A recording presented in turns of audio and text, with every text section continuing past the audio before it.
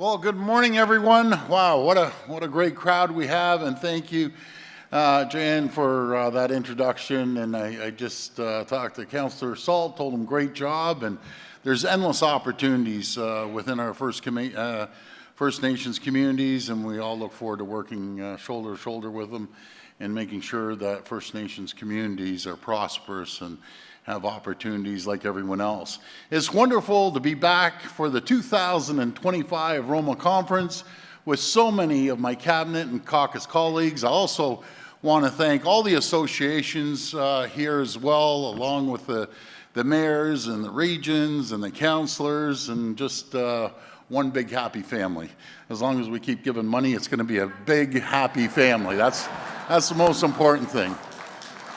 And my thanks to all the folks at the Rural Ontario Municipal Association, including Chair Krista Lowry, the Board of Directors, and all the members for having me here today. It's great to see so many familiar faces. Friends, in the last 7 years, ever since our government was first elected, we've worked hard to deliver for rural regions and towns of this province. We've seen past governments take these communities for granted, underinvesting in the north, allowing rural roads and infrastructure to fall in disrepair, shutting down the vital Northlander train line and many other areas, and leaving those living in rural areas feeling forgotten and neglected. Our government truly appreciates rural communities and their residents and understands how they make Ontario stronger. In fact, because we know how important it is to have a dedicated rural voice at the table, we created a ministry dedicated to rural affairs, led by my great minister, Minister Lisa Thompson. She is a champ, a real champion, who understands and fights for rural Ontario every single day. And it's amazing. You see her perform at the cabinet table is phenomenal about any rural issues and dancing up and down and getting everyone's attention, but I absolutely love Lisa. Our government has made game-changing investments throughout rural and northern communities. We've heard the concerns shared by our rural municipal partners about the financial challenges they face, from delivering essential services to their growing populations. That's why in the last year's fall economic statement, we announced that we're increasing the Ontario Municipal Partnership Fund by $100 million. That's funding earmarked for small, rural, and northern municipalities to help them provide the services their residents need and deserve. Just this past year, we also announced a $5 million annual investment through our new Ontario Transit Investment Fund, funding that will help Ontario's smaller communities build safer and more dependable transit services. And of course, we continue to work closely with municipalities to build more homes across the province. To speed up construction timelines from homes build, we recently increased our investment in the Housing Enabling Water System Fund to more than $1.2 billion, helping more municipalities build out their drinking water, wastewater, stormwater infrastructure. This includes $120 million from our Building Faster Fund that is being reserved for small, rural, and northern communities. As we build more homes across rural Ontario, we're also making sure the necessary technology is in place to improve connectivity and bring high-speed internet to every corner of the province. I always say roads are important, right? Roads are critical, and water is important too. Everything's important. But nothing connects people more than having high-speed internet, and it's absolute priority. We're spending $4.2 billion on making sure we connect every single person across Ontario, and all in the far north First Nations communities, they're going to have high-speed internet as well. We've invested $71 million to provide better cellular service coverage in Eastern Ontario and have committed $669 million to bring faster broadband coverage to rural and First Nations communities in the north. We're also helping to unlock the economic potential of rural Ontario by investing more than $5.7 million in 85 projects, chosen through the most recent intake of our Rural Economic Development Program. These projects are helping to create jobs, address labor force challenges, and boost economic development in every corner of the province. And just yesterday, Minister Thompson announced an exciting revamp of this program. The new program, the Rural Ontario Development Program, will have its funding double to $10 million per year. This will help rural communities leverage new economic opportunities and prepare for growth. I want everyone here to know that we're also working hard to improve access to medical care for rural residents. We hear a lot about that. I just want to tell you something. I'm going off. This is where it gets dangerous. My team starts going. So let me talk about healthcare since we just mentioned that. You know, it's ongoing. I call it continuous improvement.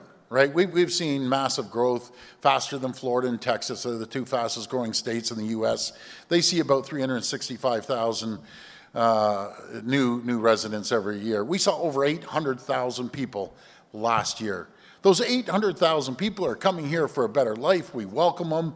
We need to make sure that they get their working permits a lot quicker, get in the fray. But guess what? That puts a real heavy load onto our roads, onto our transit, onto our education system, onto our healthcare system, not to mention the year before. The growth is unprecedented. We're going to be taking over New York State in just a few years. We're about, I should have, boy, you guys really jumped the gun. I was going to say take them over by population, and I thought, okay, let's, might as well take them over anyways. No, we're about, We're about 16 million people. There's about 18.5 million, and the growth we're seeing is absolutely staggering. But put these numbers into perspective. These are pretty staggering numbers. Since we've been in office in healthcare, we've hired 15,000 more doctors, over 100,000 new nurses. 30,000 nursing students are in our colleges and universities.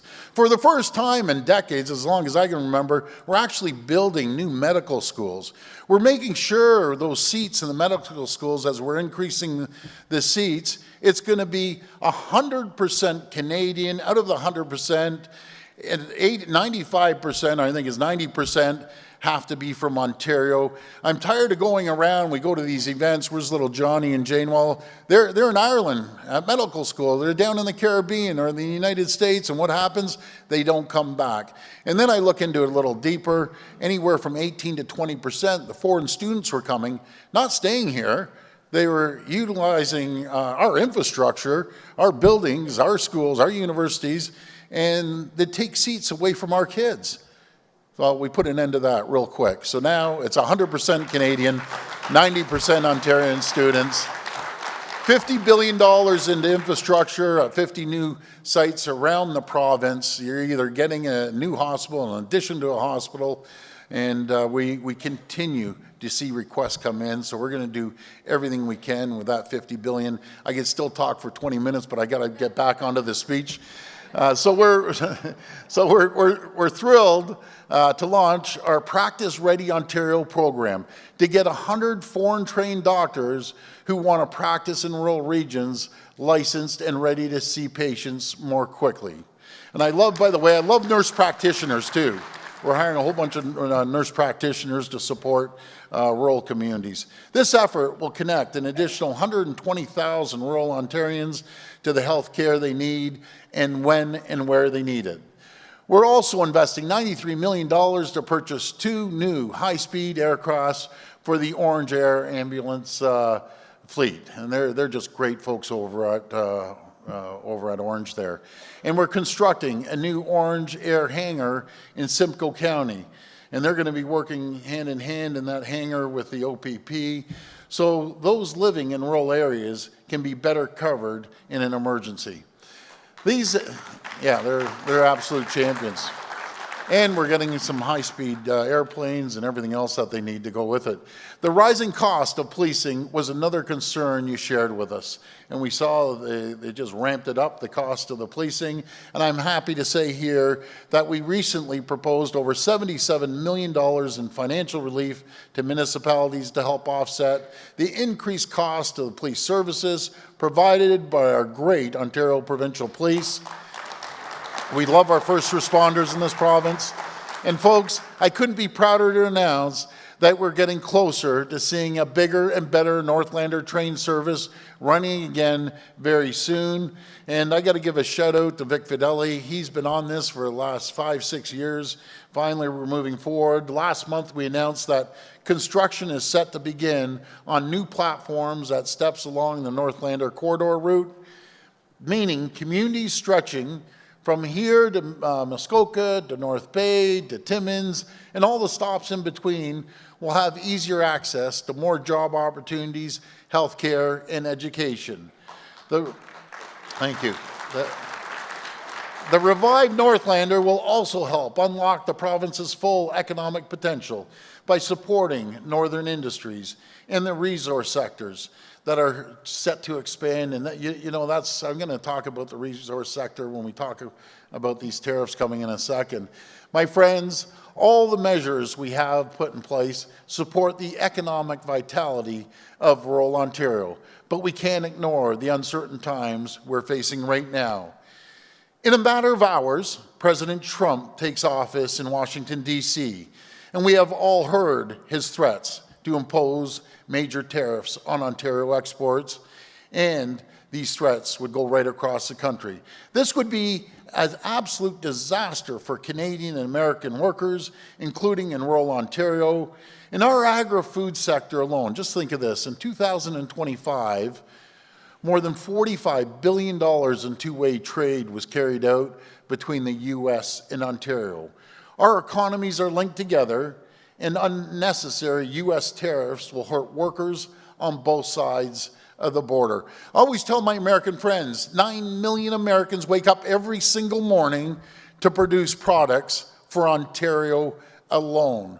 Our high-grade nickel, 47% of our high-grade nickel, the best nickel in the world, gets shipped down to the U.S.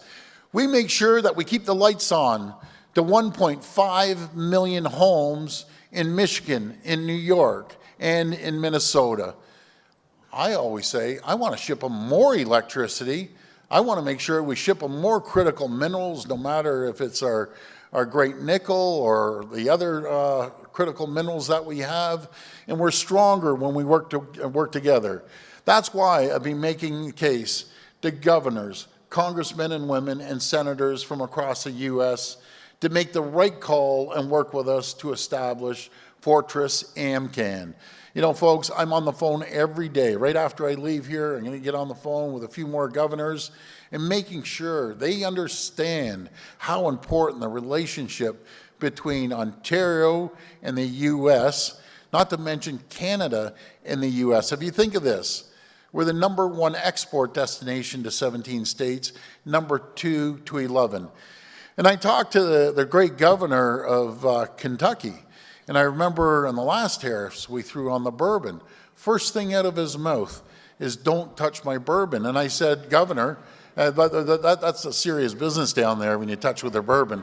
It's like messing with our LCBO." So I said, "You know, Governor, you got to talk to your president, because the first thing we're doing, we're getting your bourbon." And I've sent a direction to the LCBO, these tariffs come, to clear off every bit of U.S. alcohol off the shelves. Let's start promoting more Ontario-made wines and the vodkas and spirits. That's what we need to do. We're the largest purchaser of alcohol in the entire world. They will feel the pain. I will make sure I communicate this to our other premiers that they should be following suit. I'm sorry? Yeah, we will. We'll keep going. Canada's not for sale, as we say up here, right? So this is a strategic alliance between America and Canada that would improve security and promote economic growth on both sides of the border.